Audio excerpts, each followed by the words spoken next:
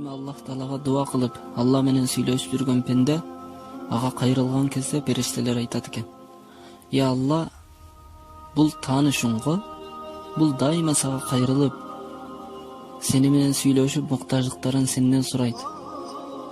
Эмне кылайлы? Бул пендеңе сураган нерсесин берейлиби?" дегенде Аллах Таала айтат экен: "Жок. Бул пендемдин сураганын азырынча бербей кое тургула. Мунун суранып атыбысы, мага дайыма дуа кылуусу мага жагат. Мунун мага кайрылып атыбысы мага жагып атат. Ошондуктан силер бербей тургула. Эгерде силер мунун сураган нерсесин берип кое турган болсоңор, бул мага кайрылбай коюшу мүмкүн. Ошондуктан азырынча кое тургула, мен өкүм берген учурда анан бересиңер" деп айтат экен Аллах Таала. Ал эми качанда бир Аллага кайрылбай жүргөн, эч дуа кылбайт, ошондой адам бир кыйынчылык келип калганда, "Я Алла" деп кайрылганда периштелер сурайт: "Я Алла, бул бетаанышыңго, бул мурда сага дуа кылып кайрылбачу эле го. Эмне кылайлы? Мунун сураган нерсесин берейлиби?" дегенде Аллах Таала айтат: "Ооба, тез берип көзүмдөн жоготкула. Бул дуа кылбайт эле, бул мажбур болуп калып эле, бир кыйынчылык келип калып эле мага кайрылды. Болбосо бул мага кайрылбайт эле, ошондуктан бере бергиле. Анткени бербей коюу мендей улуу жаратуучу болгон заттын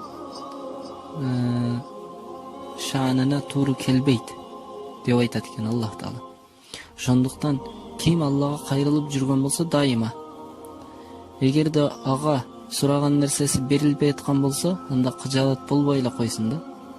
Демек, ал адамдын кайра Алладан суроосу бул Аллах Таалага жагып атат. Жаккандыгы себебинен Алла кайра менден сурай берсинчи, үнүнү уга берейинчи деп бир аз ошол бере турган жакшылыгын кечиктирип берет экен. Ал эми качанда бир пенде кайрылбаган эле пенде Алладан сураса, берип койсо, ал адам анан мактанып жүрөт экен да: "О, мен кыйын адаммын, сурасам эле берет Алла" депчи. Андай адамдарга Аллах Таала берет экен. Себебин дагы айтты: бербей коюу мендей жаратуучуга туура келбейт деп. Ошондуктан урматтуу туугандар, дайыма дуа кылып көнөйлү. Мына ушул нерсени адат кылайлы.